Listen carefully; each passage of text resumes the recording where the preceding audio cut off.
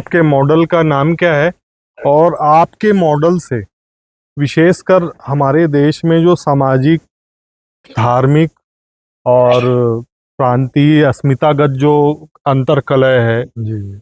उसका समाधान क्या होगा? मसलन में एकदम स्पेसिफिक जिस पर बात भी चल रही थी, हिंदू मुस्लिम समस्या के बाबत आपकी क्या दृष्टि है? उसका समाधान आपके मॉडल में कैसे होगा? वो आप कैसे देखते हो और सोचते हैं? जी जी। इसको ऐसा करके देखें कि हर एक धर्म वालों का प्रयास यही रहता है जी कि उनकी कम्युनिटी अच्छे से सुखद होके जिए, ताकि और दूसरी कम्युनिटियों के लिए अट्रैक्शन बने, बिल्कुल। है ना। आज भी आप देखेंगे तो जो क्रिश्चियन कम्युनिटी है वो पैसे के बल पर ही दूसरे लोगों को कन्वर्ट करती है। बिल्कुल। और इसी रूप में आप देख सकते हो कि वो नंबर 1 कम्युनिटी है पूरे वर्ल्ड में। जी मुस्लिम कम्युनिटी जो है वो जनसंख्या बढ़ा के और उस समय राजाओं के समय काफ़ी उन्होंने इधर उधर राजवाज किए थे और वो सब किया था, तो उनका उस तरह से हो गया। अब इसका सॉल्यूशन क्या है हमारे वाले सिस्टम में, क्योंकि इसका नाम है संपूर्ण समाधान, बिल्कुल। है ना। और संपूर्ण समाधान नाम है, मतलब सच में ही वो संपूर्ण समाधान ही है, माने केवल नाम की बात नहीं है पर है। उसमें क्या होगा कि हमारे यहाँ पे ये नगरीय सिस्टम होगा। जैसे एक नगर में 20 लाख के आसपास की आबादी होगी और वो नगर विभिन्न प्रकार के होंगे नगर, लेकिन सारी सुख सुविधाएं सब में एक ही समान होंगी। विभिन्न प्रकार के कैसे होंगे कि अगर किन्हीं को कम्युनिटी वाइज रहना है, मान लिया जैसे मुस्लिम लोग बोलें, ऐसे कोई लोग बोलें कि भाई हम तो ऐसे नगर में रहेंगे जहाँ केवल मुस्लिम मुस्लिम रहते हो, तो उनके लिए ऐसा ही नगर होगा जिसमें केवल और केवल मुस्लिम ही रहते होंगे।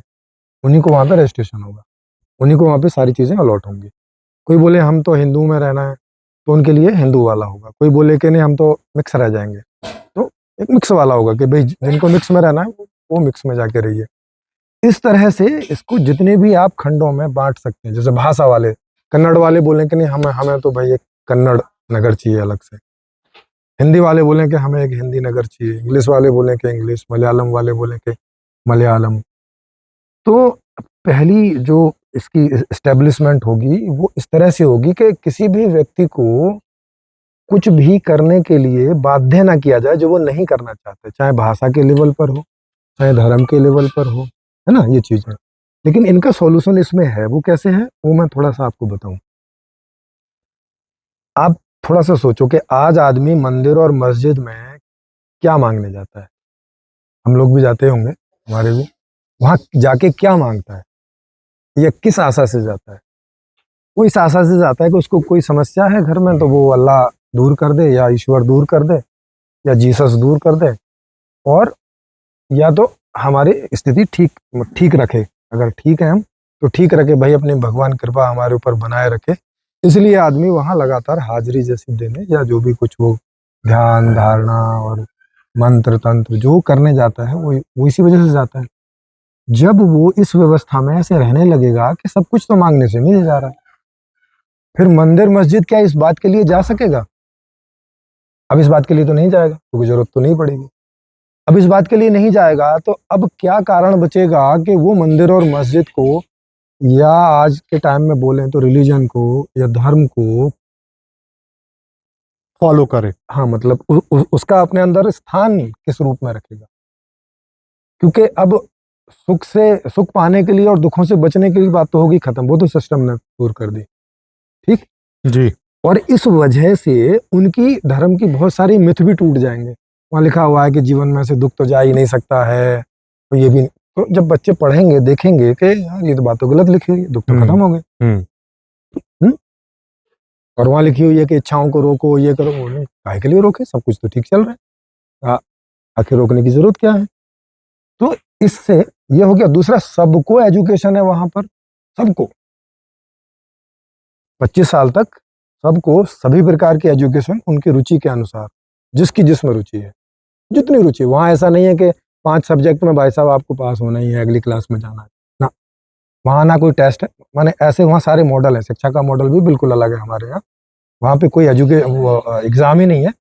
वहाँ पे बच्चा जो है अपनी रुचि के अनुसार पढ़ता जा रहा है, और जितना ग्रास्प करता जा रहा है करता जा रहा है, कोई जोर नहीं किसी प्रकार का, क्योंकि वहाँ उसे आईएएस नहीं बनाना है ना। उसे जो बनना है, उसे जिधर रुझान होता है, क्योंकि वहाँ हर काम बराबर ही है।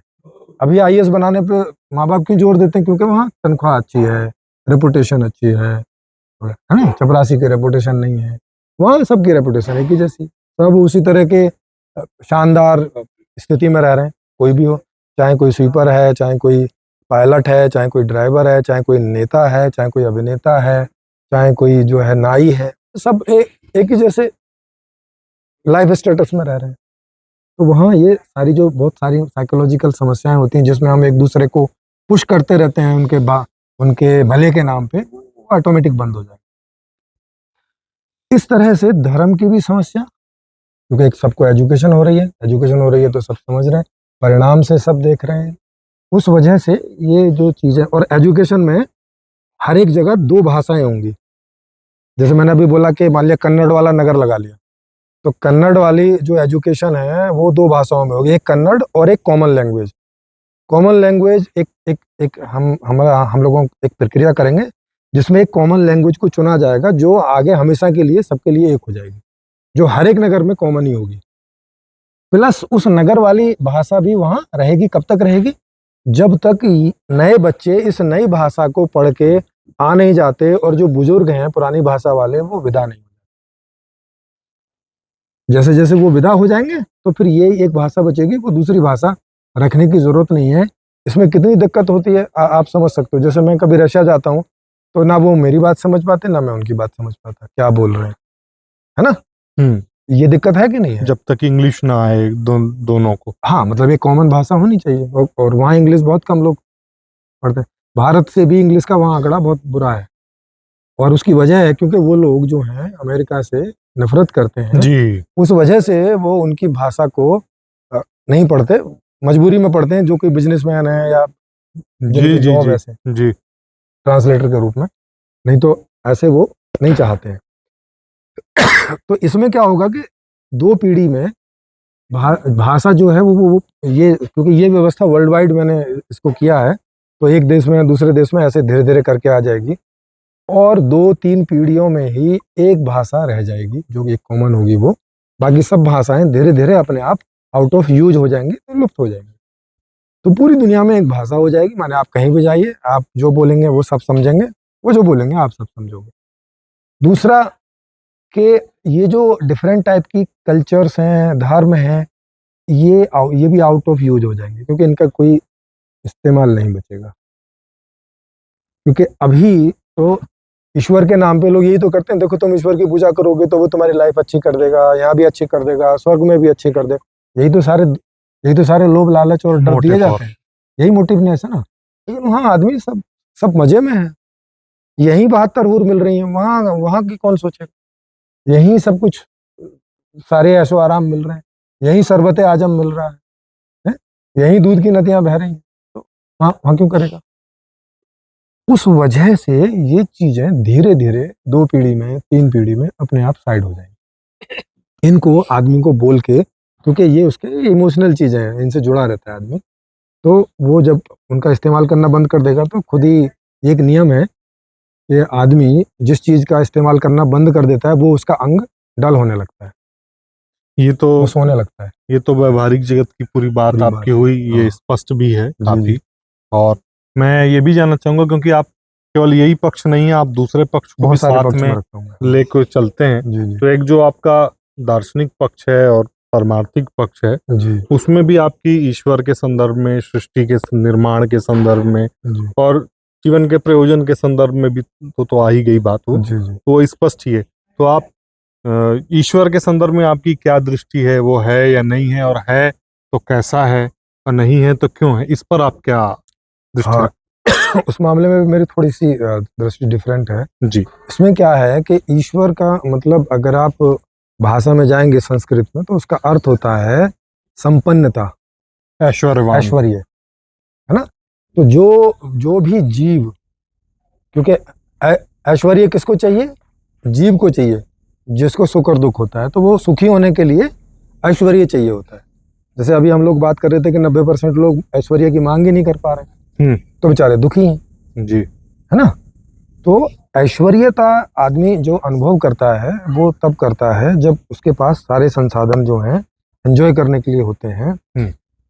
तो ये चेतन के बाबत है ये बात, ये ठीक। बात आप समझ रहे होगे। ठीक जड़ के बाबत नहीं है, नहीं क्योंकि है। जड़ को कोई मतलब नहीं है किसी भी ऐश्वर्य से या कोई मतलब से। बिल्कुल। अब चेतन की दो स्थिति हैं कि अभी तो हम सब देख रहे हैं कि मैं चेतन हूँ, आप चेतन हैं, जीव जंतु दूसरे हैं, वो सब जिनको भी सुख दुख होता है, इच्छाएं होती हैं, ये सब चेतन है।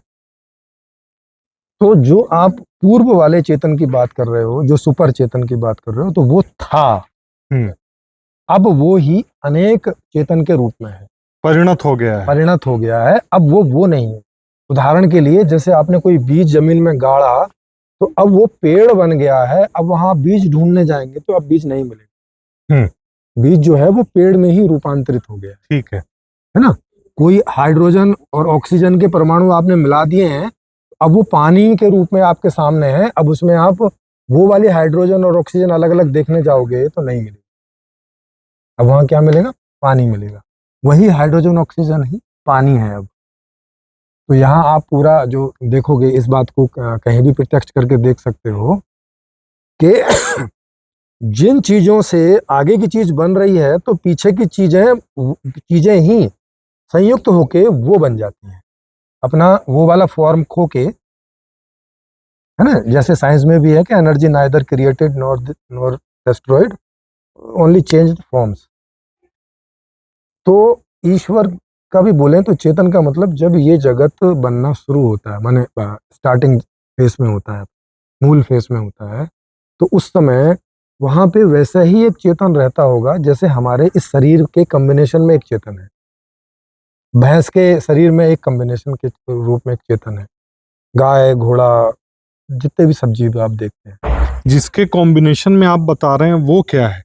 मतलब एक सुपर चेतन ये किसी चेतन है। कॉम्बिनेशन में रहता है? हाँ, तो जब ये पूरा का पूरा ब्रह्मांड फिर से सिकुड़ जाए, अभी ये अनेकता में है, तो ये कभी, क्योंकि यहाँ सब कुछ साइक्लिक होती है चीजें, तो अभी ये ऐसे बन रहा है, तो फिर एक समय आएगा कि ये रुकेगा और फिर ये सिकुड़ना शुरू हो जाएगा। तो जब ये सिकुड़ जाएगा मूल रूप में, एक बिंदु पे आ एक जाएगा। बिंदु पे आ जाएगा कि जितना आ सकता है, तो वहां पे उसमें फिर एक चेतन उद्भुत होगा। जैसे जब ये बॉडी बन जाती है और बाहर आती है, तो इसमें एक चेतन उद्भुत होता है कॉम्बिनेशन की वजह से, है ना।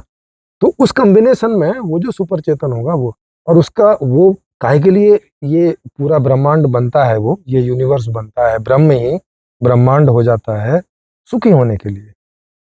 क्योंकि चेतन के गुण हर जगह एक ही जैसे होते हैं, चाहे भैंस के शरीर में हो, चाहे गाय के शरीर में हो, चाहे कुत्ते के शरीर में हो, चाहे आदमी के शरीर में हो, सब सुखी होना चाहते हैं। तो इसका मतलब ये कि अपने आप में चेतन अपने मूल रूप में सुखी नहीं रहता है। मूल रूप में तो वो निष्क्रिय रहता है ना, वहां तो सुख और दुख है नहीं। जैसे जब हम गहरी नींद में चले जाते हैं, वहां तो कोई सुख दुख होता नहीं, इच्छा भी नहीं है। कुछ भी नहीं होता, वहां तो हम विश्राम में हैं। लेकिन जैसे ही हम जगते हैं, तो हमें सुख की इच्छा होती है। तो वैसे ही जब वो जागता है उस अपने मूल बिंदु से, तो वैसे ही उसे सुखी होने की इच्छा होती है, और उसके बाद में फिर प्रक्रिया शुरू हो जाती है ब्रह्मांड बनने की। और ब्रह्मांड पहले, सीधी सी बात है कि जैसे ही वो कॉम्बिनेशन टूटेगा, चितरेगा, उस प्रक्रिया में जाएगा, तो वो जो चेतन है वो समाप्त हो जाएगा। जैसे आपके शरीर को डिस्ट्रॉय कर दिया जाए, तो आपके अंदर जो चेतन है, ये चेतन नहीं रह सकेगा, कहीं न कहीं एग्जिस्ट रहेगा कि खत्म हो जाएगा? नहीं समाप्त हो जाएगा, क्योंकि ये कॉम्बिनेशन में ही उद्भुत होता है। अच्छा, मतलब एक कॉम्बिनेशन के साथ ही वो उद्भुत हुआ है हाँ, और इस कॉम्बिनेशन के साथ ही समाप्त हो समाप्त हो जाएगा। अगर आप इस कॉम्बिनेशन को नष्ट कर देंगे, तो वो भी नष्ट हो जाएगा। नहीं, पर जैसे ऊर्जा कभी नष्ट नहीं होती है। ऊर्जा नष्ट नहीं होगी, मैटर नष्ट नहीं होगा। इसको आप कुछ भी करें, कुछ तो रहेगा ही, हाँ, लेकिन चेतन नहीं रहेगा।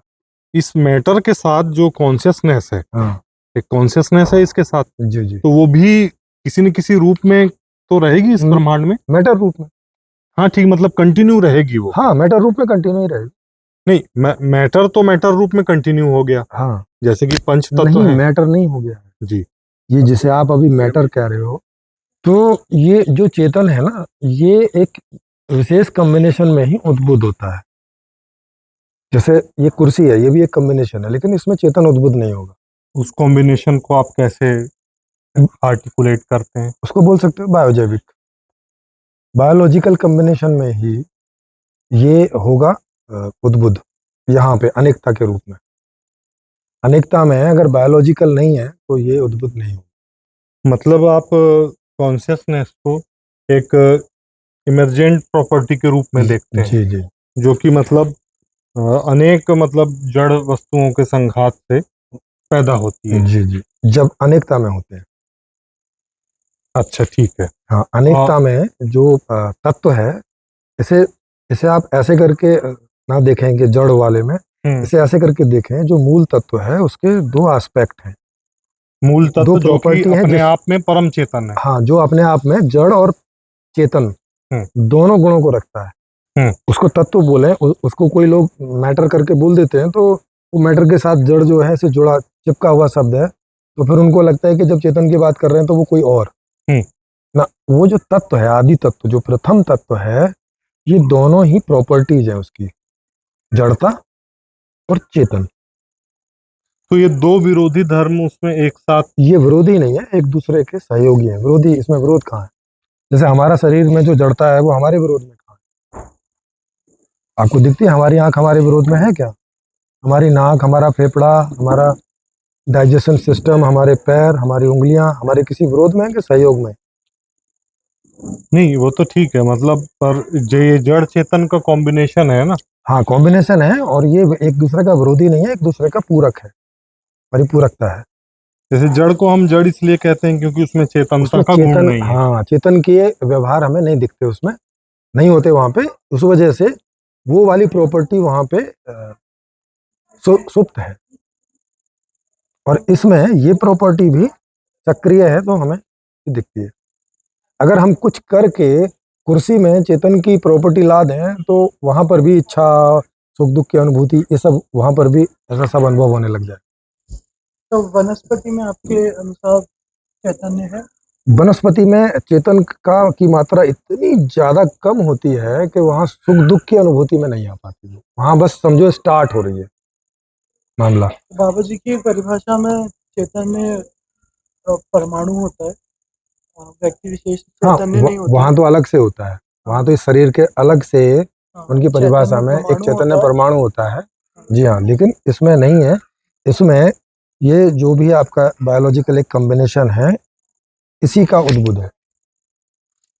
तो आप इस मतलब चेतन। आप चेतन को और इस बॉडी को दो अलग अलग नहीं कर सकते, है ना? जैसे आप कोई वस्तु को और उसके गुण को उससे अलग नहीं कर सकते। ऐसा नहीं कर सकते कि गुण अलग कर दो और वस्तु अलग कर दो। तो ये गुण है वस्तु का। चैतन्य गुण है। हाँ हाँ, तो ये जो शरीर है, तो इसकी जड़ता और इसका चैतन्यता, ये दोनों इसके गुण हैं। आप इनको अलग इससे नहीं कर सकते कि ये देखो, ये हमने चेतन अलग कर दिया और ये जो ये अलग है, या इसमें से हमने जड़ता अलग कर दी और ये अलग कर दिया। कोई भी जो वस्तु होती है, उसकी प्रॉपर्टी उसके साथ ही होती है। किसी मतलब चीज को अगर मैं दूसरे शब्दों में कहूँ, हाँ, तो वस्तु कुछ होती ही नहीं है, जो कुछ होता है प्रॉपर्टीज ही होती है। तो एक ही बात है, आप वस्तु करके बोल दो, प्रॉपर्टी करके बोल दो, वो एक ही चीज को बोलने के अलग अलग नाम है।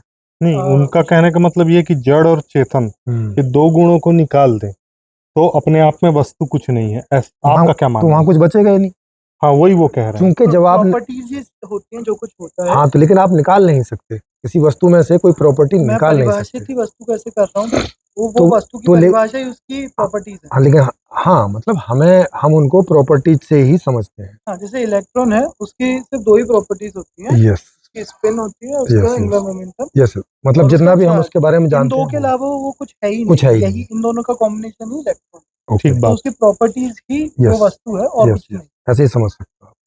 तो वस्तु और प्रॉपर्टी एक ही बात है, इसको आप अलग नहीं कर सकते। मतलब वस्तु और गुण दोनों एक ही एक ही चीज है। चीज है। मतलब जो धारण करता है और जो धारण किया जाता है, ये अलग अलग नहीं है आपके अलग अलग नहीं परिभाषा है। में। जी जी, धर्म और धर्मी एक है। एक ही है। मतलब जैसे इसको तो और ये बोलना कि धारण करता है, ये भी शब्द ठीक नहीं है।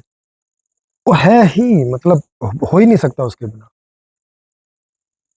मतलब उसकी स्वभावगत विशिष्टता ही यही है, यही है, हाँ, उसके बिना वो एग्जिस्ट नहीं नहीं करता है। करेगा।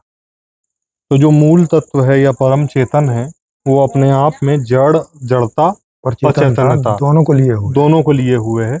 और जब वो इस सृष्टि के रूप में अभिव्यक्त होता है, परिणत होता होता है, है। हाँ, तो वो जड़ चेतनात्मक व्यक्त सृष्टि के रूप में व्यक्त हो जाता है। यस, और फिर एक समय के बाद सब चीजें सिमटती हैं हाँ सिमटते हैं तो फिर से और वही स्थिति आ जड़ जाती है, चेतन सब एक हो जाता सब है एक फिर हो से। जाता है। यस, जी। तो यदि कोई व्यक्ति इस स्थिति में यदि इस दृष्टि को लेकर चले और वो उस परम चेतनावस्था का अनुभव करना चाहे जैसा जी। वो कि वो आदि में था, जी, जी, जी। तो उसके लिए आपकी पद्धति में क्या उपाय है? उसके लिए एक साधना है, उस साधना से वो अपना अपना अनुभव करेगा उस स्थिति में, जो माने अपनी जो जड़ात्मक सारी की सारी प्रॉपर्टीज़ हैं, उनको ध्यान के माध्यम से साइड कर देता है। वो रियल में नहीं होती, समझ गया। अनुभव में साइड हो जाती हम्म। है ना? उनका अनुभव होना बंद हो जाता है। विवेक कर लेता है कि ये अलग है, जड़ चेतन अलग है, अविवेक नहीं, रियल में अनुभव ही होता है। आत्मा अनात्मा को हाँ, अलग कर हाँ, लेता है। मतलब जैसे अभी भी हम करके देख लेते हैं कि वस्तु और उसके गुणों को हम अलग-अलग देख लेते हैं कि नहीं, ऐसे देखने के लिए कर नहीं सकते अलग-अलग, मगर हम समझते तो हैं, हाँ। है ना? हाँ, ऐसे करके, और वो समझते कैसे? अनुभव करके ही समझते हैं, अनुभव हो रहा है हमें, देखने में, सुनने में, ऐसे सब चीज़ों में। तो साधना के द्वारा हम अपनी इस चेतन की का जो जिसको शुद्ध चेतन बोले, उस अवस्था को, जो कि हमें सुषुप्ति में प्राप्त होती है, और साधना से उस अवस्था में जागे हुए जाया जाता है, चेतन ही हुए हुआ है। जिसको कि समाधि कह सकते हैं। आप समाधि कह सकते हो उसको। तो उस अवस्था में क्या होता है कि जितने भी बाहर के सारे जो हमें अनुभव होते हैं, वो अनुभव करने की जो हमारी इंद्रियां हैं, उनसे हम कट ऑफ हो जाते हैं उस समय। कट ऑफ होने पर हमें इस चेतनता का ही मात्र अनुभव होता है, तो हमें वहाँ पे समझ में आ जाता है कि मात्र चेतन मतलब क्या होता है। लेकिन वो इससे अलग नहीं होता, ये भी वहाँ समझ में आता है कि वास्तव में अलग नहीं होता, पर हमारे पास ये क्षमता है कि हम उसे अलग से अनुभव कर सकते हैं। तो ये बात है। तो उसका क्या, उसके प्रोसेस क्या है आपके हिसाब से? उसका प्रोसेस है जो जिसका उपयोग मैंने किया, वो योग निद्रा प्लस अवेयरनेस। जी, तो योग निद्रा तो आप जानते ही हैं, जो जी, रिलैक्स जी, होने के लिए जी, लोग जी, इस्तेमाल करते ही हैं। जी। उसी प्रक्रिया को इस तरह से करना, थोड़ा सा डिफरेंट करना है कि हमें नींद में ना जाके हम जगे हुए स्वप्न में और उसके बाद सुषुप्ति में प्रवेश करें। जैसे यहाँ जगे हुए हैं, ऐसे ही, क्योंकि जनरली होता क्या है, स्वाभाविक रूप से जब हम सोते हैं तो हमारा चेतन की जो त्वरा है वो कम हो जाती है। जी, जैसे सपने में चेतन, बुद्धि वो सब डल हो जाती है यहाँ की तुलना में, जी, जी, जागृत जागृत की अवस्था तुलना की में। तुलना में। हाँ, और स्वप्न से भी ज़्यादा डल हो जाती है सुषुप्ति अवस्था। इतनी डल हो जाती है कि वो मेमोरी भी काम नहीं करती। और चेतनता, अगर मैं इसे बल्ब से आपको समझाऊं, वो पहले एक वो लाल वाले बल्ब होते थे, फिलामेंट वाले। तो अगर इसे आप समझें कि 100% जब बल्ब जलता है, तो समझ लो कि वो है जागृत अवस्था। अगर उसमें आप इलेक्ट्रिसिटी 70% कम कर दो, इलेक्ट्रिसिटी का जो वोल्टेज है, उसको अगर आप 70% कम कर दो, तो वो लाल सा जलने लगता है, प्रकाश उसका कम हो जाता है, काफ़ी कम। वो अवस्था समझ लो कि जब हमारे चेतन की मात्रा इतनी कम होती है, तो स्वप्न में हम प्रवेश करते हैं। और अगर उसमें हम 5-10 वोल्ट ही छोड़ें, तो चेतन तो आप देखोगे कि वो लाल भी नहीं हो रहा है, लेकिन बिजली है वहाँ पे, पर लेकिन लाल नहीं हो रहा है। ऐसी हमारी सुसुप्ति अवस्था होती है चेतन रूप में। हाँ। जी। तो चेतन तो अभी भी शरीर का हिस्सा है, कम नहीं हुआ है। हाँ, तो जागृत में पूरा रहता है 100%, अगर वो क्या भी पूरा रहता है? हम बीमार नहीं चेतन रहते। का जागृता, एक्सेस रहता है या चैतन्य? चेतन एक्टिव रहता है। आप चैतन्य की स्टेट्स बता रहे हैं कि वो स्टेट्स भी बता रहा हूँ, हाँ। जैसे हमारे चेतन के, आप मांडुक्य उपनिषद पढ़ेंगे, तो उसमें चेतन की या आत्मा की 4 अवस्थाएं हैं: जागृत, स्वप्न, सुषुप्ति और तुरिया। तुरिया चैतन्य की अवस्था। हाँ, चेतन की अवस्था है।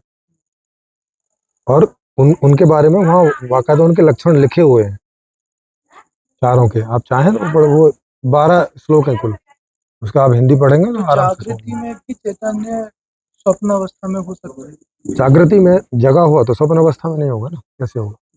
तो मतलब आप शरीर की अवस्था को चैतन्य की अवस्था पे हाँ रहे हैं हाँ, शरीर की जो अवस्था ये जो वही हम चेतन की अवस्था। जी जी, ये जो हम 16 घंटा रहते हैं ये चेतन अवस्था, उसके बाद 8 घंटा में 6 घंटा स्वप्न अवस्था और 2 घंटा जनरली सुषुप्ति अवस्था होती है। इसको आप वो घड़ियाँ आती हैं, हाँ डीप स्लीप बोल सकते हैं, वो आपको ये बता देगी कि आप कितना डीप स्लीप सो रहे हैं, कितना आप स्वप्न में सो रहे हैं और कितने आप जागे हुए हैं। वो अगर उसमें रिकॉर्डिंग लगा देंगे तो वो आपको बता देगी। बाबा जी के अनुसार चैतन्य पूर्णतः ही शरीर में चालू रहता है। हमारा जो विचारधारा होती है वो हमें चैतन्य से दूर लेके जाती है।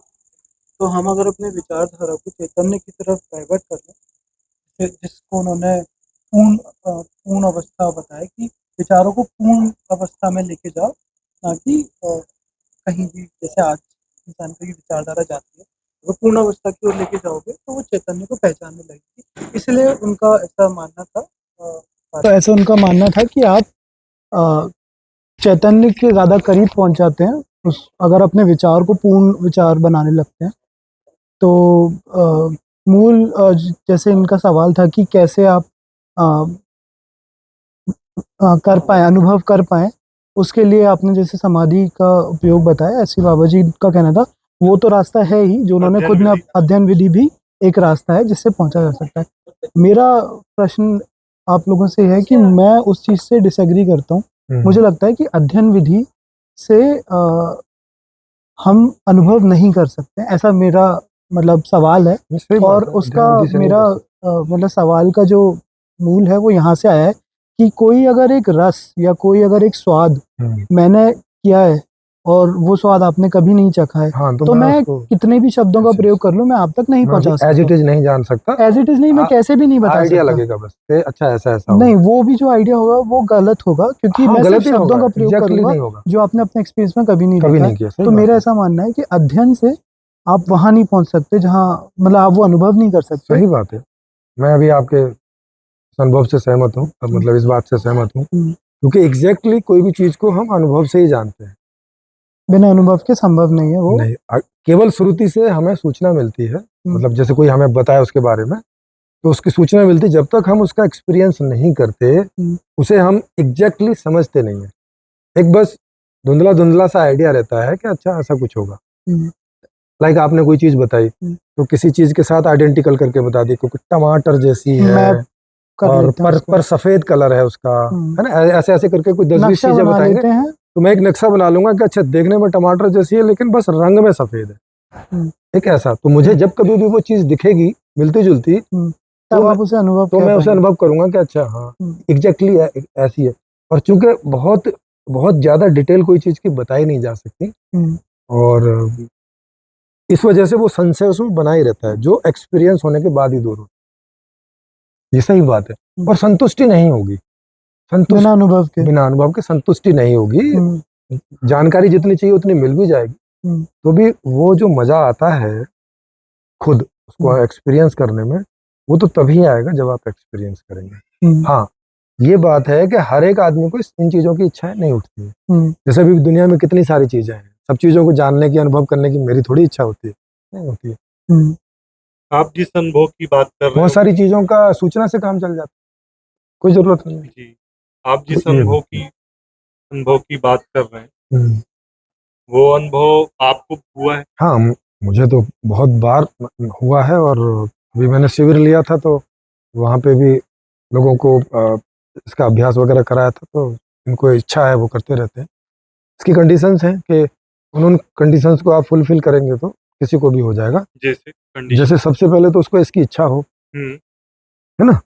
इच्छा होने के बाद में उसके पास पर्याप्त समय हो। पर्याप्त समय मतलब? पर्याप्त समय का मतलब है कि अगर आपको इसके उसमें लगना है तो महीने, 2 महीने, 4 महीने, 6 महीने, 10 महीने आपके पास होना चाहिए। दूसरी चीज़ें ना हो कि जो आपको वहाँ से डाइवर्ट करें कि भाई साहब पैसा कमा के लाना है, घर चलाना है ना। मतलब न्यूनतम 1 महीने से अधिकतम 10 महीने तक, एक मोटा हिसाब। हाँ, ऐसा करके समझ लो, है ना। जी। तो अगर वो करेगा तो उसको हो जाएगा। और उसके पहले समझ लेना थ्योरेटिकली जितना भी है, क्योंकि इसमें बहुत सारी चीजें ऐसी हैं जो सबको एक्सपीरियंस रहता ही है, क्योंकि जीवन जी रहे हो आप, तो बहुत सारा, केवल वो जो शुद्ध वाला एक्सपीरियंस है वो भर की कमी रहती है।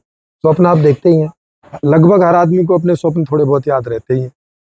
ये 16 घंटे का जीवन सबको याद रहता ही है। तो इससे ही आप मोर देन 90% उस चेतन को आराम से एक्सपीरियंस आप करते ही हो। बस आपको मुझे समझाना है कि ये चीज़ है, अनुभव में आपके वो ऑलरेडी है। जैसे अभी मैंने बहुत सारी बातें बताई, इसमें बहुत सारी बातें ऑलरेडी आप लोगों के अनुभव में होंगी ही, तो उनको दोबारा दोबारा करने की जरूरत नहीं है, उनको बस समझने की जरूरत रहती है। ये जो शुद्ध वाला अनुभव है ये नहीं होगा, तो इसे करने की जरूरत पड़ेगी, नहीं तो ये आपके लिए एक सूचना मात्र ही रह जाएगी। लेकिन इसकी भी जरूरत तब है जब आपको इसकी कोई इच्छा उठती है। ये जरूरी नहीं है कि सूचना पाने के बाद कोई इच्छा उठे इसकी। इसके बिना भी काम चल सकता है। हाँ हाँ, कोई जरूरी नहीं, ये कोई अनिवार्य चीज नहीं है, क्योंकि जीवन का उद्देश्य सुखी होना है, आत्मानुभव करना नहीं है। आपके हिसाब से जैसे किसी को इच्छा होती है, किसी को नहीं होती है, जी जी। इसका आप कारण क्या देखते हैं? और क्या जिसको इच्छा होती है वो उससे ऊपर है, जिसको इच्छा नहीं होती है? नहीं, इसमें ऊपर नीचे नहीं है, ये विभिन्नता है। यहाँ कुछ ऊपर नीचे नहीं होता, डिफरेंट टाइप है बस।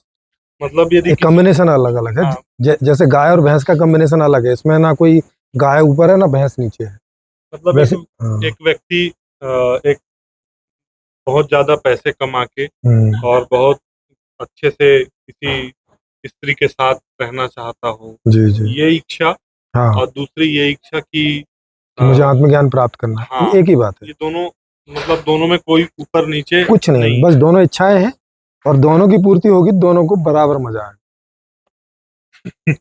समझ रहे, जिसको स्त्री चाहिए उसको स्त्री मिलेगी तो उसे भरपूर मजा आएगा, जिसको आत्मज्ञान करना है उसको आत्मज्ञान मिलेगा तो भरपूर मजा आएगा।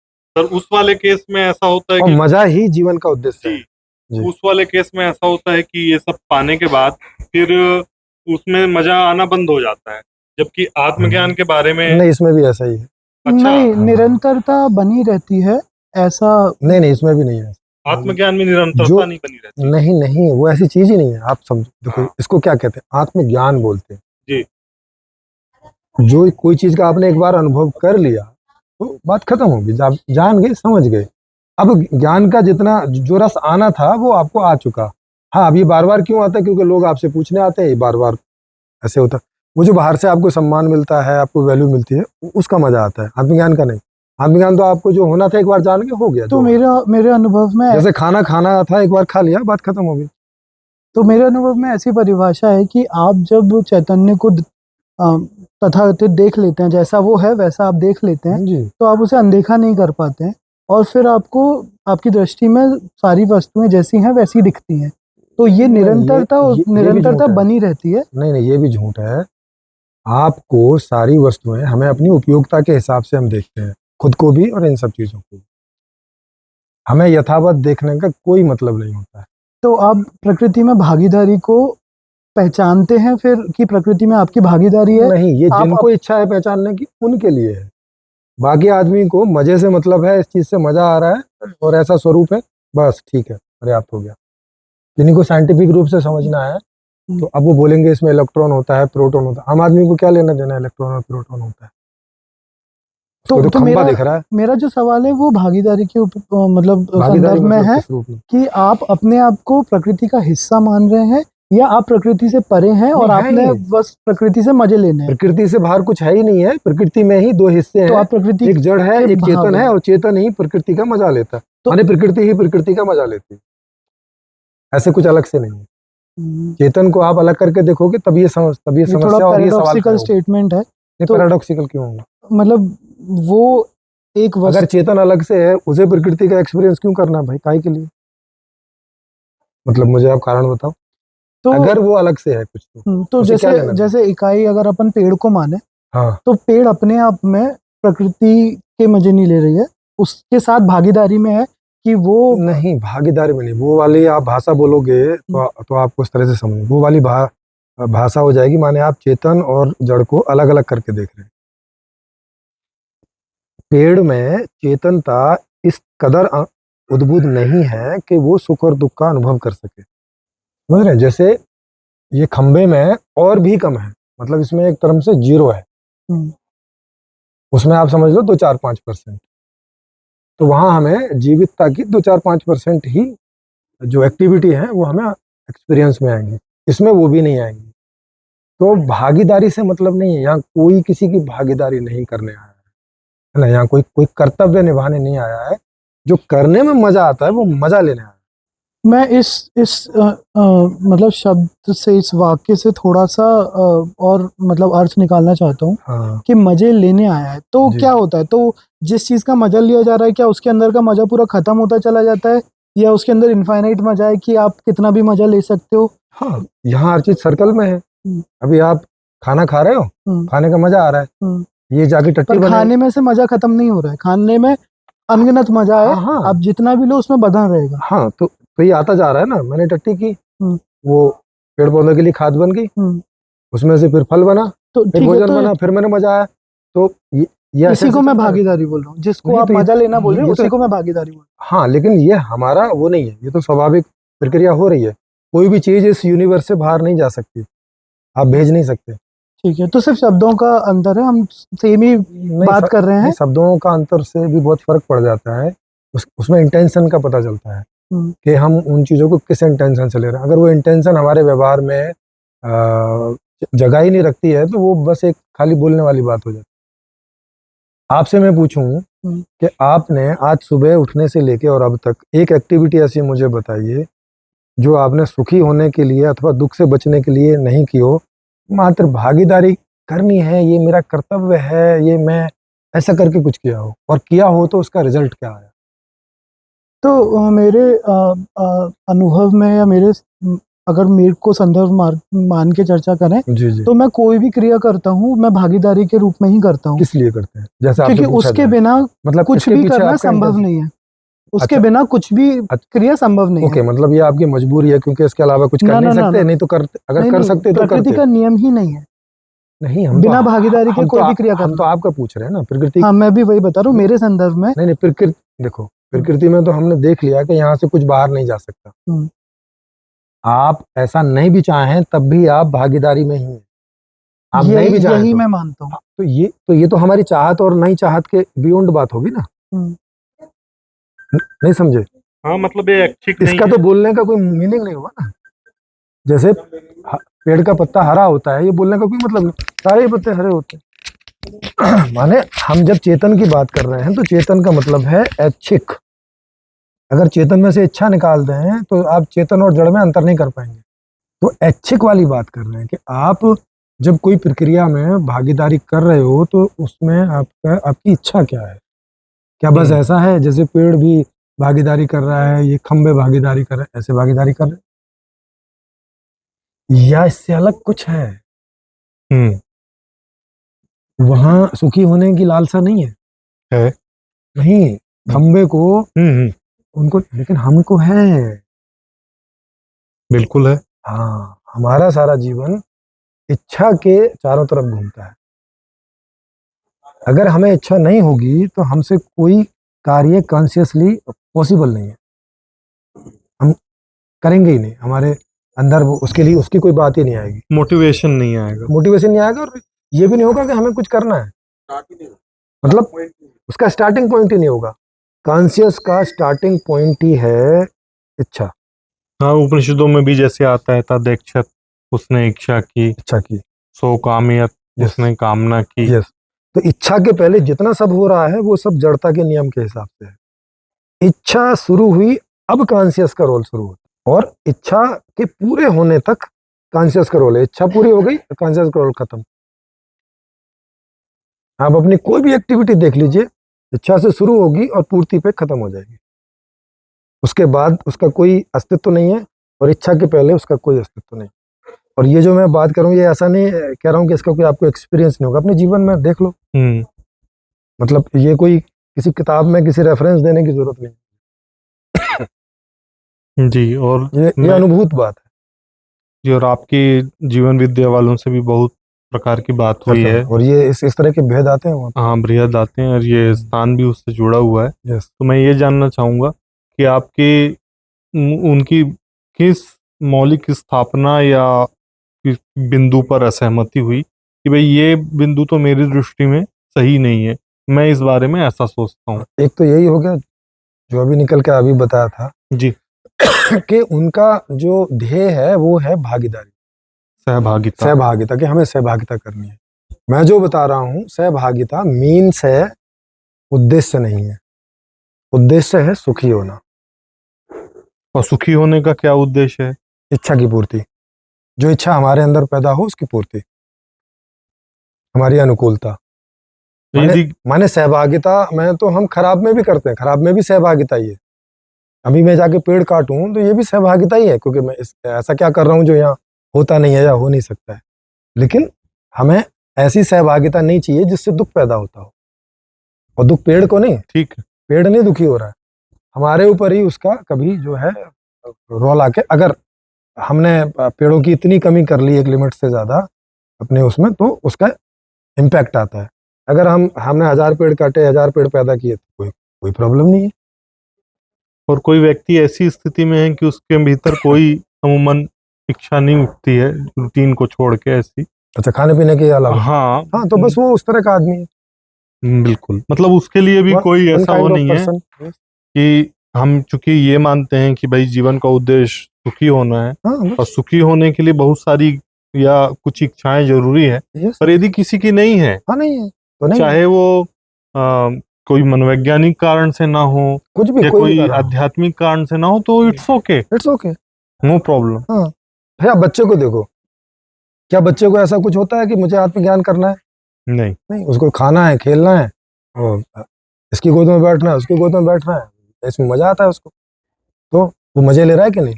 लेकिन सोचो अगर जीवन का उद्देश्य आत्मज्ञानी होना होता, वो तो बेचारा दुखी रहता, जब तक कि उसको ये इच्छा ना उठती और दरअसल संलग्न नहीं होता। आत्मज्ञान भी उद्देश्य इस तरीके से नहीं हो सकता कि यदि कोई व्यक्ति को ये क्लियर हो जाए कि आत्मज्ञान से भैया दुख मिलने वाला है, सुख नहीं मिलना है, तो आत्मज्ञान को कौन उद्देश्य बनाएगा?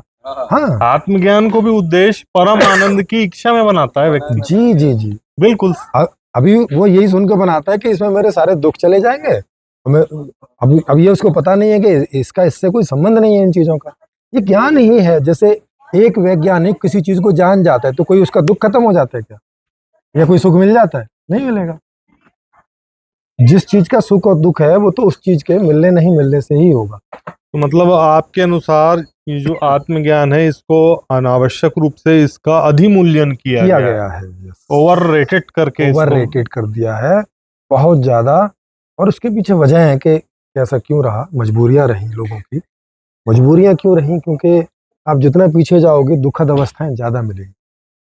ओवरऑल मिला के दुखद अवस्था ज्यादा रहेगी पीछे, क्योंकि सुख सुविधाएं कम थी और दुख दुविधाएं ही और ज्यादा थी। आप इस बात को अधिकार से इसलिए भी बोल सकते हैं क्योंकि लगभग आपने 10-12 साल एक तरीके से पूरा साधु का जी, जीवन जी, जिया है और बिल्कुल। अध्यात्म की खोज में भी लगाया है। उसमें लगाऊं और इन्हीं लोगों के बीच ही रहा। हाँ, अब ये बात अलग है, कोई असहमत हो हाँ, तो वो बात तो अलग है। हाँ। वो आपको सही माने गलत माने उसमें उसके स्वतंत्र है लिए तो व्यक्ति। चर्चा के लिए खुला निमंत्रण है। हाँ, उसमें। जी जी। लेकिन वो इससे इनकार नहीं किया जा सकता कि ये व्यक्ति अध्यात्म की समझ नहीं रखता है या इससे नहीं गुजरा है, इसलिए इस तरह की बात कह रहा है। यस।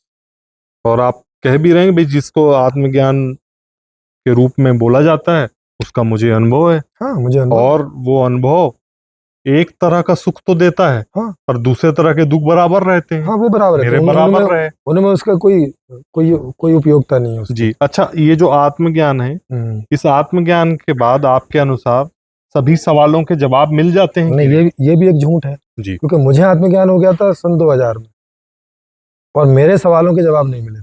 ठीक। मेरे सवालों के जवाब मिलने शुरू हुए 2014। ये कैसे मिलने शुरू हुए? इसका मतलब आत्मज्ञान एक अलग मामला है, अलग मामला है। और बौद्धिक रूप से सक्षम होना या उत्तर पाना पाना वो ये एक अलग एबिलिटी है। बिल्कुल अलग एबिलिटी। इसको थोड़ा आप डिफरेंशिएट मतलब करके ये एक तरह की फील्ड है, जैसे कि इंजीनियरिंग फील्ड वाले को मेडिकल का कोई ज्ञान नहीं होगा, हम्म। चाहे वो इंजीनियरिंग कितनी गहरी तक जान जाए, मेडिकल में वो जीरो ही रहेगा। ठीक है। तो वैसे ही आत्मज्ञान भी एक फील्ड है। आत्मज्ञान जानने वाला आदमी इंजीनियरिंग में जीरो होगा, कंप्यूटर में जीरो होगा। अगर इन चीज़ों का ज्ञान वो पाना चाहता है तो इसके लिए उसे अलग से ही प्रयास करना पड़ेगा, तो इन चीज़ों को जानेगा। तो आत्मज्ञान में आत्मज्ञान संबंधी वो भी अगर आपको प्रश्न उठेंगे तो ही उनके बारे में आप अध्ययन चिंतन मनन ये सब करोगे, तब उनका उत्तर पाओगे। केवल आत्मज्ञान है कि मुझे मेरा अनुभव करना है, तो इसमें आपको इतना भी उत्तर नहीं मिलेगा कि भाई मेरे दुखों का क्या कारण है, इसका उत्तर भी नहीं मिलेगा आप। इसके लिए भी आपको अलग से प्रयास करना पड़ेगा। हाँ, आत्मा संबंधी जो दुख है वो दूर हो जाएगा। हाँ बस भाई, आत्मा को मैं जानना चाहता था, मतलब अनुभव करना चाहता था, ये मेरी इच्छा थी। तो इच्छा की पूर्ति है सुख, और इच्छा की ना पूर्ति हो ना दुख। तो अगर मैंने लंबा प्रयास किया और हो गए भाई 5 साल 10 साल, मैंने एक सोचा था कि 5 साल में हो जाएगा, अब 5 साल गुजर गए हैं और हो नहीं रहा है, तो अब दुख शुरू हो जाएगा। क्योंकि एक तो मैंने टाइम फ्रेम अपने आप को दिया था, तो वहां तक एक आशा रहती है कि चलो हो जाएगा। लेकिन 5 साल के बाद जब जितना जितना समय निकलेगा, उतनी उतनी निराशा मुझे बढ़ेगी कि भाई कोई प्रॉब्लम हो रही है, कुछ ना कुछ हो रही है, ये तो पूरे जीवन नहीं हुआ तो क्या होगा। वही सारी अनिश्चितता और वो सब दुख शुरू हो जाएगा, जो दूसरी इच्छाओं के भी पूरा नहीं होने से होता है, क्योंकि उनको भी हम एक टाइम फ्रेम ही देते हैं कि इतने टाइम में पूरी हो जानी चाहिए। तो ऐसा नहीं है कि कि आत्मा के अनुभव से आपके कोई दूसरे दुख दूर हो जाते हैं नहीं तो ये या तो दूसरे सुख मिल जाते हैं। ये तो होता हो कि आत्मज्ञान जब हो जाता है तो हमारा बौद्धिक विकास तो वो बढ़ जाता है। इस मामले में बढ़ता है ना, जिसमें हाँ। अध्ययन किया आपने, इसमें तो वो तो है ही है। इंजीनियरिंग में करेंगे तो इंजीनियरिंग में बुद्धि नहीं, बढ़ जाएगी। बुद्धि की क्षमता बढ़ जाने से हम अन्य चीजों को ज्यादा जल्दी समझने की कोशिश जीवन करेंगे। से संबंधित वो भी आपको अलग अलग से करना पड़ेगा उसका। उसी के लिए हुआ। केवल आत्मा अनुभव से कुछ नहीं उसकी मिलेगा। बात नहीं कर रहे हैं हाँ। कि जब हमारे बुद्धि की क्षमता बढ़ जाती है, क्षमता नहीं बढ़ेगी जी, आप फिर वही सोचने बात समझने की क्षमता नहीं वो तो जो है सो है, हमारे पास हार्डवेयर है ये। जैसे मेरे पास आंख से जितना दिखता है, आत्मज्ञानी होने से ज्यादा दूर का नहीं दिखाई देना शुरू हो जाए। मैं चश्मा लगा के बैठा हूँ, देख रहा है आपको,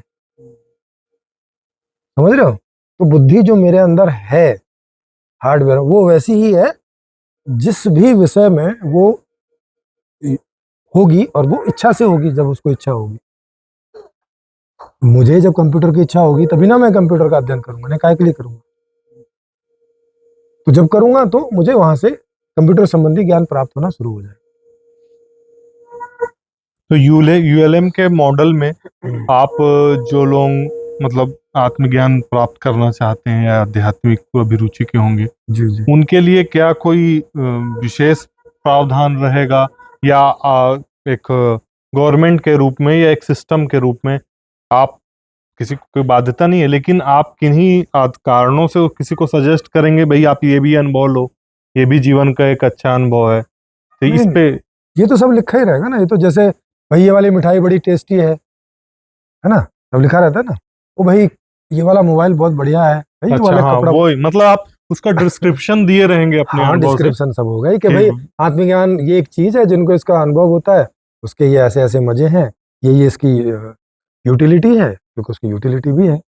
जैसे हर चीज की अपनी यूटिलिटी, हर एक ज्ञान नहीं, की किसी इसकी को भी आप मतलब किसी ऐसे नहीं बोलेंगे कि तुम करो ये। नहीं, आदेशात्मक नहीं, हाँ, लेकिन आप सुझाव के रूप में किसी को देंगे कि ना नहीं? ना ना, चीजें सब आपके सामने है, जिसे उसे नहीं, देख के इच्छा होगी वो करेगा। उदाहरण के लिए जैसे कि मेरे को कोई मिठाई अच्छी लगती है, हाँ जरूरी नहीं हो दूसरे को लगे। हाँ, तो मैं लेकिन तो मैं ये बोलूंगा कि मुझे अच्छी लगती है, हाँ, मुझे अच्छी लगती, तुम भी खा के देखो। देख लो। सिंपल ऐसा है कि एक टेबल है, उसके ऊपर अलग अलग फ्रूट रखे हैं, हाँ बस सबको ओपन कर दिया भाई, जिसको जो चेक करना है चेक हाँ। करो, जो अच्छा लगे करो। सिंपल इतना ही हम्म। है, ऐसे ही रखना है। जैसे उसमें भी मैंने कोई चीज खाया, हाँ, अच्छी नहीं लगी तो फिर बाद में वो उसको छोड़ के दूसरा हाँ वो तो ठीक दूसरा है, खा लो। वो समझ गया मैं। लेकिन मैंने कोई चीज अच्छी खाई, हाँ लेकिन मेरे को अच्छी लगी, तो मैं अपने जो साथी सबको नहीं बोलूंगा जा, हाँ, सबको बोलोगे कि जो भाई ये चीज है, मुझे अच्छी मुझे लगी, अच्छी लगी, बस तो आप भी खा सकते हो। अगर मर्जी उसका है, और हाँ। एनालिसिस हुआ हो तो उसको भी रख सकते हो कि Yes. ये वाली चीज और ज्यादा अच्छी है आप मेरे लिए, हाँ हाँ, आप मैं आप ही के लिए यही माना बिल्कुल, जाएगा कि बिल्कुल। आपके लिए। हाँ, यस यस। मेरे लिए, और हाँ, हो सकता है मेरी हाँ, सलाह के हिसाब से। मतलब इसको ऐसा ओवररेटेड नहीं करोगे, अरे भाई तुमने, जैसे कई लोग बोलते हैं, अरे भाई शकलकंदी नहीं खाई तो कुछ नहीं खाई।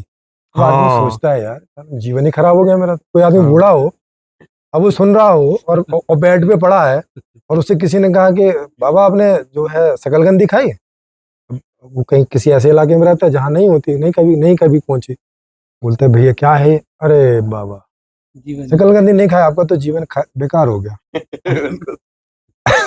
वो बेचारा मरने से पहले मर जाएगा।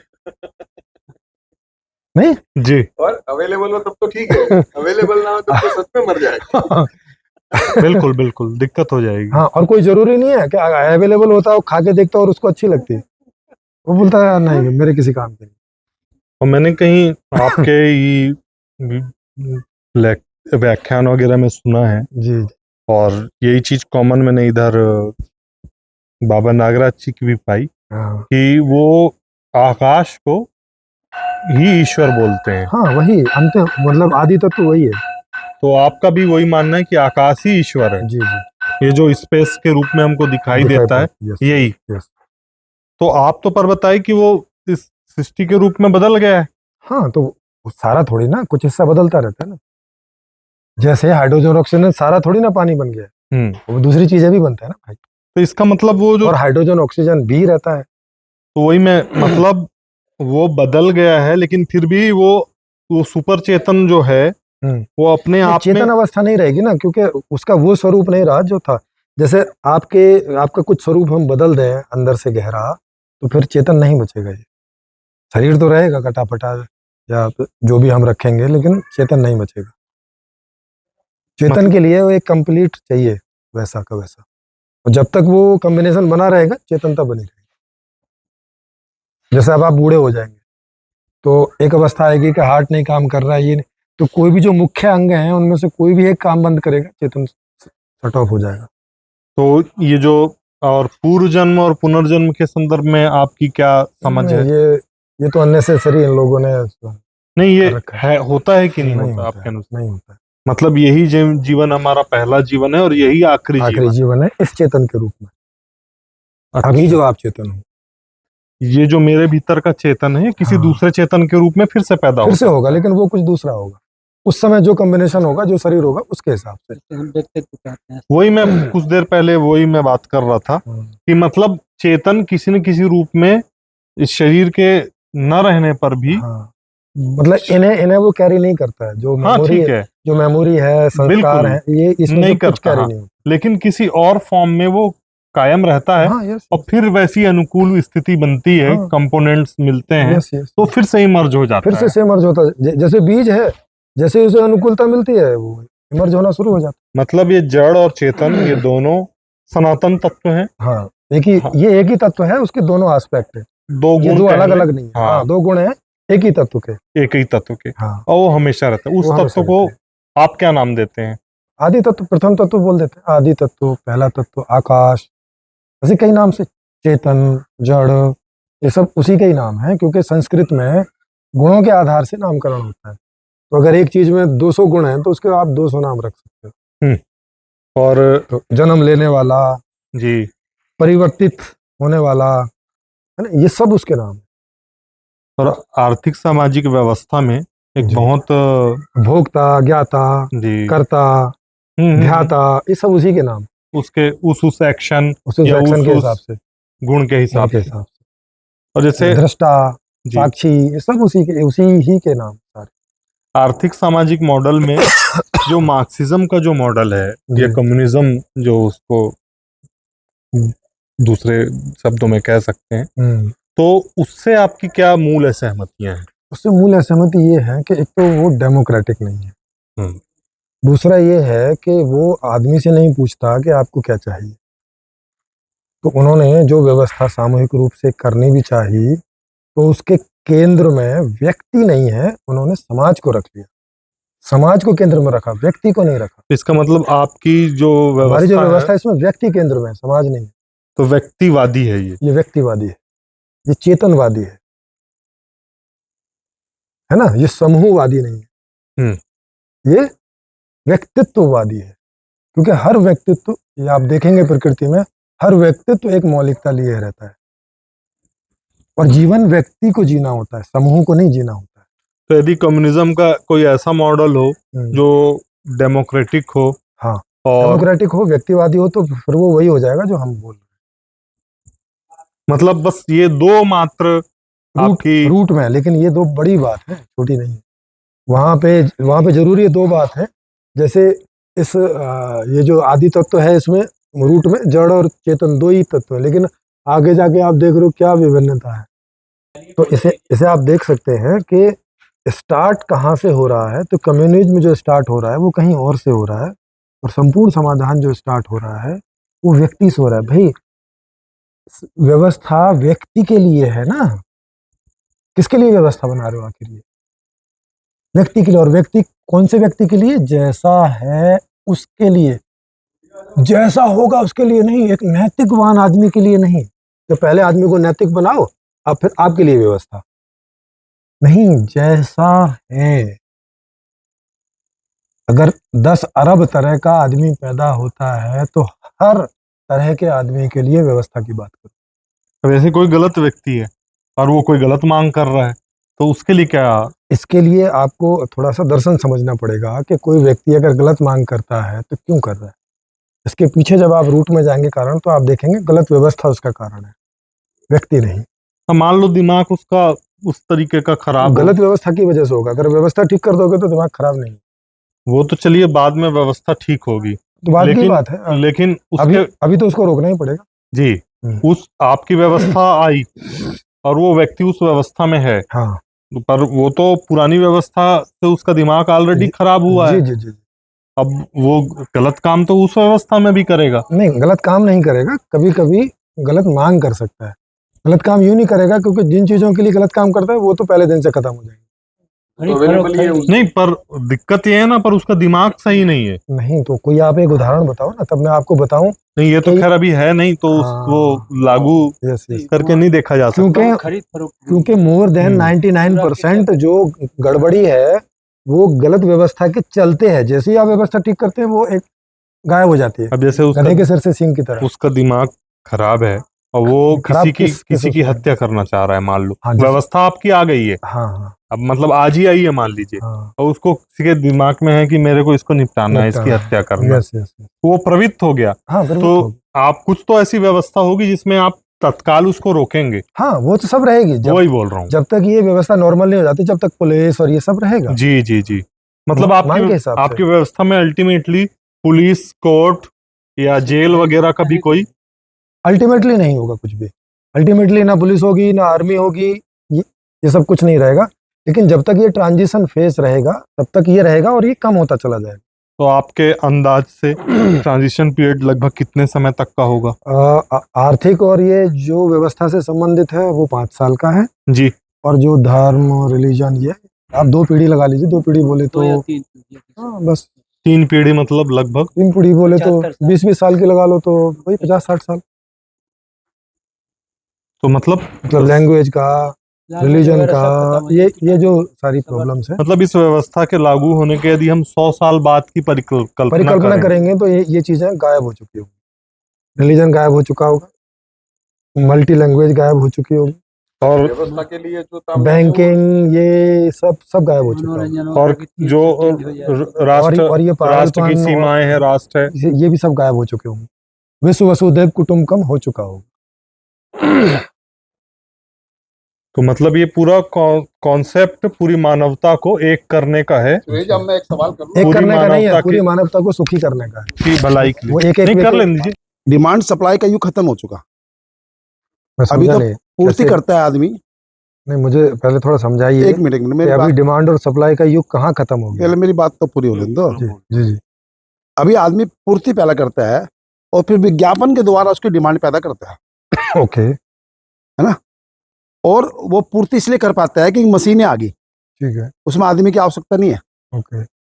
और एक एक मशीन इतना बड़ा उत्पादन कर देती है, उसमें आदमी की आवश्यकता ही नहीं कहीं आज। ठीक है। तो उससे आदमी को रोजगार नहीं मिलने का आज, जी जी बिल्कुल। है ना। जितनी भी डिमांड कर लो आज, हाँ वो तो तैयार बैठे उत्पादन देने के लिए। यस यस, आप डिमांड तो करो, सही बात है। पर डिमांड आदमी जब करेगा जब उसके पास पैसा होगा। ऐसा हो। भाई पैसा ना तो डिमांड कहाँ से करेगा? हाँ, और पैसा बिना जॉब के नहीं आएगा। जॉब के या जो भी है, मतलब किसी कारण से पैसा तो, मैंने बिजनेस सब जॉब ही बोलो। हाँ बस ठीक है, आमदनी का भाव ठीक है, तरीका। आपका कोई आमदनी जरिए तो पैसा आएगा ना। हाँ तो ये संकट ये है कि पैसा आएगा कैसे आदमी के पास। हाँ, तो उसी के लिए मैंने एक समाधान बताया था। उस समय आप थे नहीं, तो मैंने जब बताया था तो मैं तो उस टाइम तो सुना पूरा आपका, तो बताया। ठीक से तो उसमें बताया तो था कि उस व्यवस्था में पैसे की जरूरत ही नहीं। पैसा हट जाए, मांग से पैसा हट जाए। कैसे हटे? नियम बनाने से। जैसे अभी पैसा है, कैसे है? क्योंकि नियम बना रखा है भाई, सरकार ने बोल रखा है ना कि भाई पैसे से आप मांग करोगे, बिना पैसे के मांग करोगे तो उठा के जेल में डाल देंगे। और ये सदियों से बना हुआ है। जबरदस्ती अगर कहीं से कुछ छीन के जाओगे तो तुम्हें जेल में डाल देंगे, अपराध हो जाएगा, ये आईपीसी की धारा लग जाएगी, समझ रहे हैं। और ये नियम सदियों से लगा हुआ है, सदियों से मतलब जितना भी आपके पास हिस्ट्री है, ये नियम जब से लगा हुआ है कि आप या तो सामने वाले की इच्छा से, अगर आप उसे मांग रहे हो फ्री में तो दे दे तो ठीक है ले जाओ, अदरवाइज आप बदले में कुछ दो तो ले लो। इसके अलावा अगर आपने किसी से जबरदस्ती लिया तो आप अपराधी कहलाओगे। नहीं, पहले समाज में मूल्य होते थे, मूल्य पहले मतलब समाज कौन से में मूल्य, वैल्यू वैल्यूज कौन सी वैल्यू, वही तो सुन लो हाँ।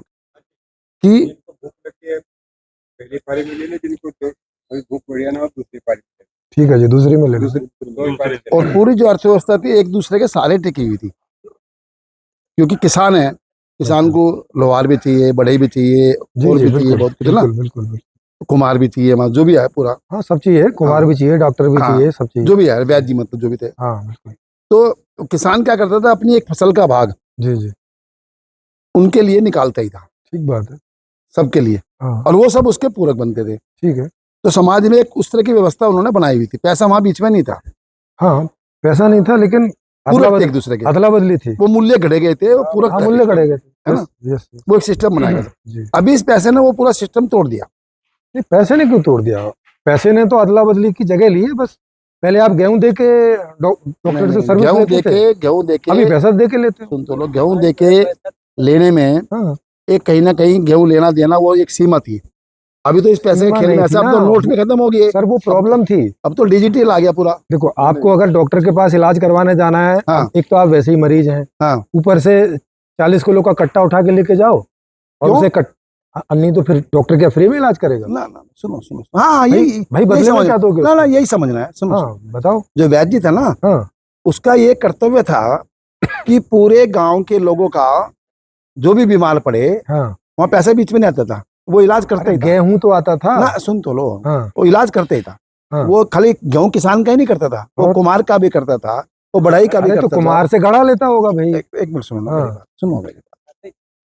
एक व्यवस्था उस तरह की बनी हुई थी, जो मैंने थोड़ी बहुत पढ़ी या रविंद्र जी के माध्यम से जानी, ऐसी थी, और उसके भी लिमिटेशन है, वो मैंने बताए थे। हाँ। उसके लिमिटेशन ये हैं कि अगर किसान की दूसरी बात, एक साल की फसल नहीं हुई तो बेचारा नहीं, वो एक कुछ सवाल नहीं तो मेरे मांग मन में ये पाएगा। उठा था, हाँ। दूसरा सवाल ये उठा, जी अगर सब लोगों के पास पैसा बढ़ गया बहुत ज्यादा, ठीक है है ना, हाँ सब लोगों को इच्छा मुताबिक मतलब मौका मिल गया, पैसा मिल गया, जब भी है, जी जी तो ये पर्यावरण का जो संकट है, अभी तो 10% लोगों की भी इच्छा पूरी नहीं हुई, हाँ है ना, जब भी इतना बड़ा संकट खड़ा हो रहा दुनिया में, हाँ और सबको अगर उस तरह की सारी आवश्यकताएं पूरी होती है, जो उसने चाहा वही पूरी होगी, जी जी ऐसी सिस्टम मन भी क्या मान लो कोई, जी जी। तो इस पर्यावरण का क्या हाल होगा?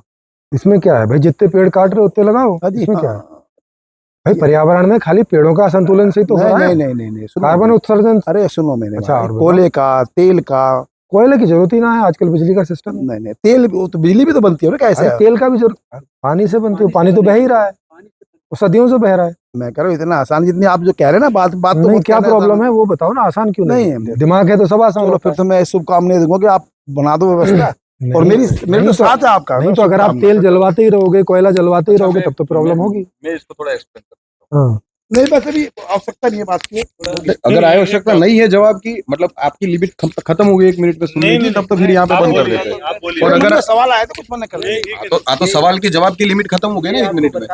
अगर लिमिट ज्यादा है तो फिर मैं जवाब देता हूँ। मतलब सुनने की लिमिट अगर ज्यादा है तो जवाब दे देता हूँ, अगर सुनने की लिमिट ज्यादा नहीं हो तो फिर जवाब देने का कोई मतलब नहीं। ठीक है 1 मिनट। 50% में ही आप हाँ देखो, पर्यावरण सही हो जाएगा।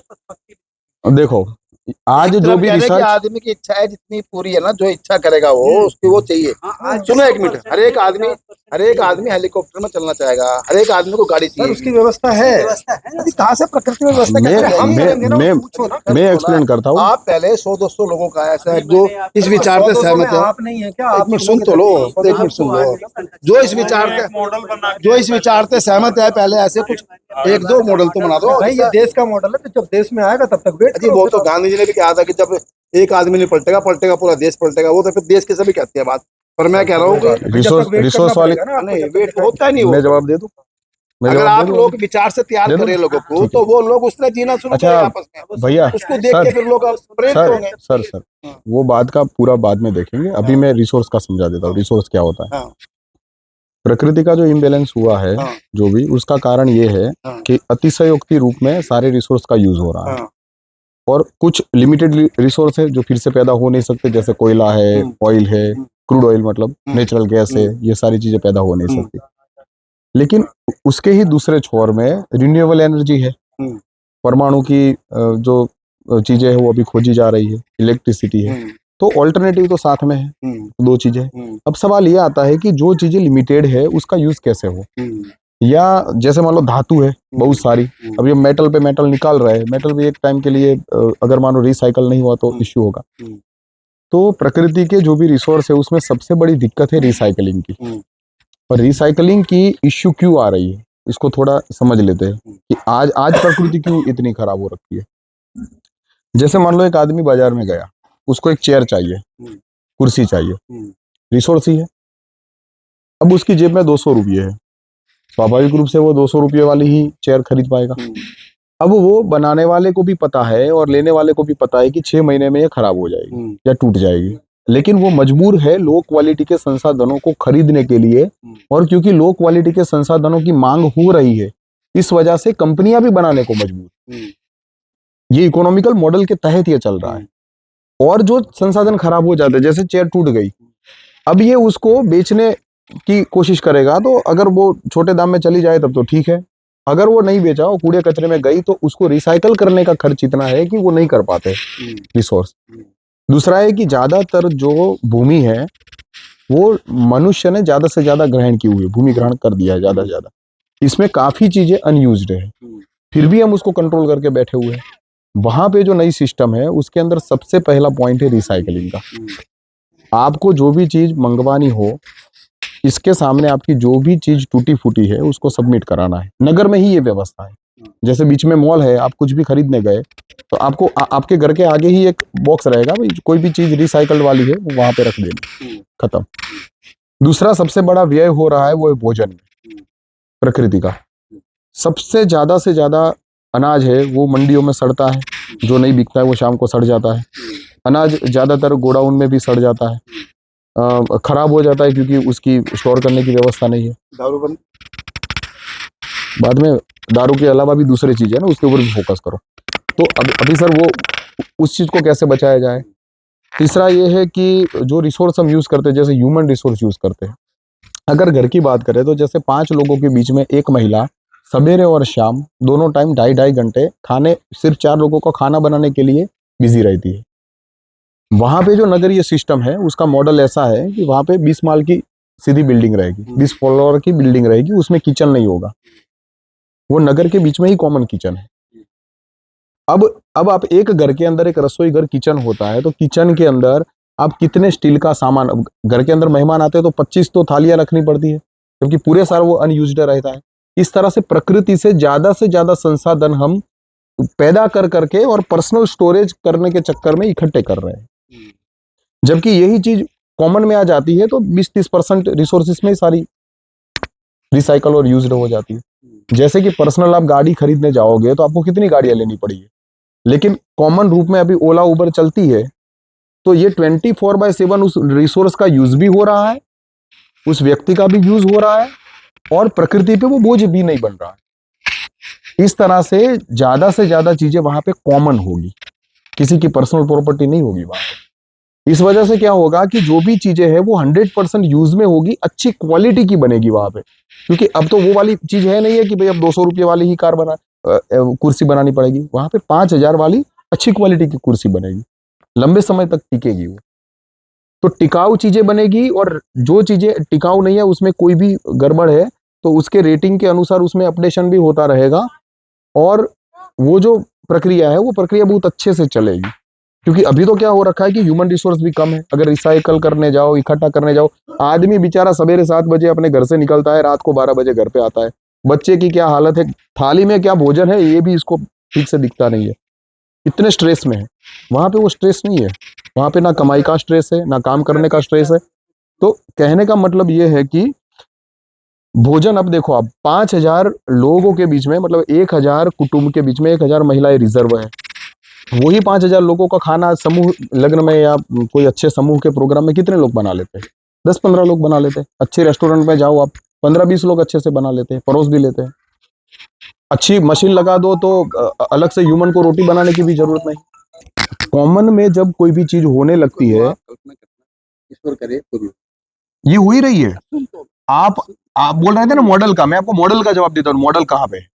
आप अभी भी बहुत सारे ऐसे आश्रम या ऐसी कम्युनिटी में जाओगे तो वहां पे जो सो साथ में भोजन लेते हैं, वो दिन में अपनी अपनी जो भी जितना भी सेवा, तो ठीक है यार, वो कुछ अलग अलग माइंड के लोग होते हैं, वो कुछ दुखी लोग होते हैं, कुछ कट्टे होते हैं। हाँ तो आस्थावास लोग होते हैं, अरे इकट्ठे हो गए, कर अरे लिया काम। अरे अरे मैं वो बात नहीं करता हूँ। मैं बात करता हूँ कि मिनिमम लेवल पे भी परिवार- कम्युनिटी चल रही है। वहाँ रहेंगे ना, जब पता लगे। हाँ तो क्या पता परिवार लगेगी में उसमें? बच्चे अलग अलग है, बच्चों की डिमांड अलग अलग होती है। तो सर वहां पे सबकी डिमांड पूरी करने का प्रावधान है ना वहां पे, फिर क्यों रहेगा? देखो, बच्चे को बाप से मांगना ही नहीं है, फिर क्यों उसमें झगड़ा होगा? जब पत्नी ने पति से मांगना ही नहीं है, फिर वहां पे क्यों झगड़ा होगा? एक बच्चे की इच्छा मान लो, हाँ दूध पीने की हुई, जी शिकंजी पीने की हुई, जी, तो मांगेगा ना वो, हाँ ठीक है ना? हाँ, तो मिल जाएगी ना उसको, क्या दिक्कत है? मिल जाएगा, व्यवस्था से मांगेगा ना, वो बाप से क्यों मांगेगा? अरे नहीं, मैं कह रहा हूँ ऐसा नहीं, माँ माँ होती है और वो जो कर्मचारी है कर्मचारी होता है, दोनों में अरे बहुत भाई, तो माँ ही पिलाएगी, है। माँ ही शिकंजी पिलाएगी अपने बेटे को गोदी में बिठा के। भाई शिकंजी तो बाजार से ही आएगी। मैं कह रहा हूँ व्यवस्था बनाओ, मेरी तो शुभकामनाएं। नहीं नहीं, आप पर मुझे तो ये हिटोपिया जैसे कहते हैं ना, वो हाँ सपना लगता है सर, क्योंकि इतने देखो, क्योंकि मैंने भी बहुत से प्रयोग तो देख लिए हैं। अच्छा, पर मेरी शुभकामना है। राजाशाही के टाइम पे अगर कोई आदमी ये बोलता कि ये राजा है, सारे निकल जाएंगे, नहीं नहीं, वही एग्जाम्पल है।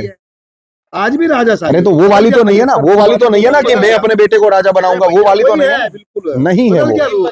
अब वो उसका रूप धन में बदल गया। नहीं पहला नहीं ताकत नहीं, बता। आपसे वोट मांगने के लिए आता है कि नहीं आता? कौन?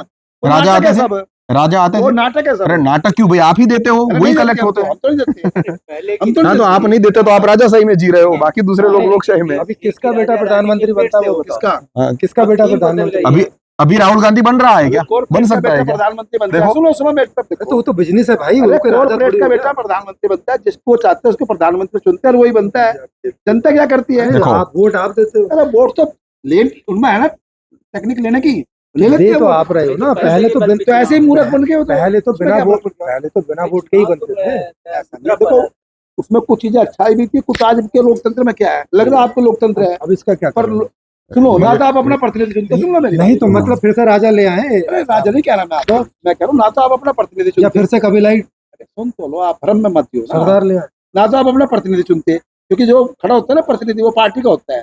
पहली बात तो जनता का ही नहीं, जनता का ही नहीं वो। चुनते तो हम ही हैं। अरे चुनता कौन है? वो तो मीडिया में आपको रात रात में हीरो बना दे, रात रात में जीरो बना दे, वो तो मीडिया का कमाल है। मीडिया के बाद भी चुनते तो हम ही अरे वो तो हैं। मूर्ख है फिर चुनने वाले, तो फिर पता ही नहीं उनको क्यों चुन रहे हैं। अब हाँ जनता तो ही मूर्ख बताए। हाँ तो फिर जन का ही मूर्ख है तो है ही फिर। मूर्ख और क्या, मैं तो कह रहा हूँ साहब। अच्छा अच्छा, आप मैंने तो चुनते हो लिखा तब 2000 में एक इलेक्शन लड़ा हुआ था। मैं क्या ये बोलता कह हूँ, रहे हैं कि ये मूर्ख है, ये मूर्ख है। हाँ मूर्ख ही है। अब सब तो फिर राजा भी मूर्ख ही होगा ना हैं? फिर। वो कहाँ से अकलमंद वो तो है? अपना खेल खेल रहा है उसमें तो। अच्छा वो अकलमंद है। खेल खेल अच्छा, रहा है वो अकलमंद है। अकलमंद है, वो भी दूसरा ढंग का मूर्ख है, अपना खेल खेल रहा है वो। एक व्यक्ति दूसरे व्यक्ति को वोट है, मूर्ख ही है। लो बताओ, आप ये सब आप पढ़े लिखे हो, हाँ। आपका प्रतिनिधि है पार्टी का, बताओ एक मिनट के लिए। आप ही एक वोट मिनट लेकर आ रहे एक मिनट जवाब दो। देखो पार्टी का पार्टी का प्रतिनिधि प्रतिनिधि है। आपका पार्टी है। से मतलब नहीं है, देखो, चुन हम रहे हैं ना। एक मिनट सुनने को सुनते रहो। तो हम ऐसा नहीं बोल रहे हैं ना कि वो सिस्टम, देखो चार चोर में पड़ो। अच्छा जीतने के बाद वो काम आपके लिए करेगा, पार्टी के लिए करेगा? अच्छा अच्छा, मैं सुन लो मेरे बात। मैं जवाब तो सिर्फ मुझे। अभी मैं तय नहीं कर पा रहा हूँ कि आप सिस्टम बदलना चाहते हैं कि नहीं बदलना मैं तो चाहते बदलना हैं। चाहता हूँ, पर जिस तरह आप हाँ वो तो बदलो ना। नहीं तो ये तो राजनीतिक मैंने मॉडल की सवाल बात किया, है ना। देखो जो सर, प्रतिनिधि है वो पार्टी का प्रतिनिधि पहले बताओ या जनता का है? अरे सर ये तो एक मिनट राजनीतिक बताओ, मॉडल की बात है ना। राजनीतिक मॉडल इज डिफरेंट। लोकतंत्र कह रहे हैं, मैंने लिखा है इसके ऊपर बहुत। अरे, दूसरी बात, मैं वो बताया जीतने था के ना। बाद पार्टी के लिए काम करेगा, अब आप- जनता के लिए करेगा? अब आप सुन नहीं रहे। पार्टी के लिए करेगा। सुनो सुनो, पार्टी का है वो प्रत्याशी, हाँ। पार्टी का प्रतिनिधित्व नहीं है। पार्टी का प्रतिनिधि है वो, अरे सुनो, जनता का प्रतिनिधि नहीं है। जनता तो मूर्ख कह देती है वोट। अरे पे नाम है इनके अलग अलग। वो पार्टी का है प्रत्याशी। हाँ प्रत्याशी मतलब समझते हाँ हो? समझ रहा हूँ, ठीक है। इलेक्शन में भाग लेने वाला हाँ, एक समझ दल गया। की ओर से। हाँ हाँ, तो हाँ। इसे प्रत्याशी बोलते हाँ हैं। ठीक है, बोल गया। प्रतिनिधि अरे मैं नहीं कह रहा हूँ बोलते। चलो मान लिया ना। हाँ, जब हम उसे चुन लेंगे हाँ, उसके तो बाद में अब वो वो प्रतिनिधि। हमारा हाँ, प्रतिनिधि है। हमारा प्रतिनिधि होगा। पार्टी का नहीं। और वो हमारे लिए काम करेगा फिर। अब सुनो, नहीं नहीं, अरे सर आपके लिए क्यों काम करेगा? हाँ। वो अपने लिए काम करेगा। अपने लिए, हाँ जनता के लिए चलो, जनता के लिए काम करना चाहिए। हाँ, अब वो क्यों नहीं करेगा? हाँ उसका कारण उसका बताया है। कारण अलग है। हाँ, उसका अभी तो कारण बताया कि पैसे की व्यवस्था रख रखी है, वो पहले कलेक्ट वो ही करेगा, उसको बचा नहीं सकते। मैं अपनी अवस्था ठीक करेगा कि आपकी करेगा? जो लोकतंत्र की बात है, वो लोकतंत्र की क्या मतलब है? इस देश में लोकतंत्र है ही नहीं अभी। सर, अभी लोकतंत्र तो पूरा धनतंत्र है। अरे यार, सर लोकतंत्र का मतलब इतना ही है कि और जो आप आप चुन रहे हैं, देख रहे हो, मैं कह रहा हूँ सपना देखना कोई बुरी बात नहीं है, मैं तो हर सपने के साथ हूँ, मुझे ये कोई लोग दिक्कत फिर- नहीं है। नहीं सपने के साथ नहीं हो आप। और ऐसे सपने का कहीं मॉडल तो दिखाओ। देखो, अरे मैं तो- सपने के साथ आप वो नहीं, और ऐसे हमें साथ चाहिए भी नहीं। जब दिखा देंगे साथ तो कैसा चाहिए? लॉजिकल चाहिए। जब देश में आ जाएगा हाँ, तो इसके लिए आपको डिस्कशन करना पड़ेगा ना भाई। ऐसे अरे साथ तो जब देगा, मुझे कुछ लगे हाँ। कि उम्मीद, तभी तो साथ दूंगा मैं, हवा में साथ दूंगा। हाँ तो पहले मैंने उम्मीद तो आपको- मैंने 20 जगह अपनी एनर्जी लगा रखी, एक और नया प्लेटफॉर्म पकड़ लूं मैं। सर, वो तो आपकी इच्छा वो तो आपकी इच्छा की बात है, हम तो अपनी बात रख रहे हैं। प्रत्याशी को अब इसमें जितना आपको डाइजेस्ट होता है उतना, और जितना डाइजेस्ट नहीं होता है उसमें डिस्कशन करेंगे। अभी आपकी मीटिंग का टाइम है तो आप मीटिंग कर लो, बाकी आराम से कल बात करते हैं। यही तो लोकतंत्र है कि वहां पे उन दल का भी खड़ा होगा और हम लोगों का भी प्रत्याशी खड़ा होगा। आप उनको वोट देना चाहें, अगर आपको लगे कि भाई वो लोग ठीक काम कर रहे हैं या इनसे इस आइडिया से वो ज्यादा आइडिया अच्छा, उनको वोट दीजिएगा। ये ज्यादा लगे तो इसको वोट दीजिएगा। ठीक है, चलो चलते रहो। कोई ठीक ना लगे तो किसी को ना। किसी को मत दीजिएगा। इसके बाद ये दलित तंत्र है। यही तो लोकतंत्र है। ठीक है, चलो तो इसको कंक्लूड करते हैं, वो 2 बार आ चुके हैं।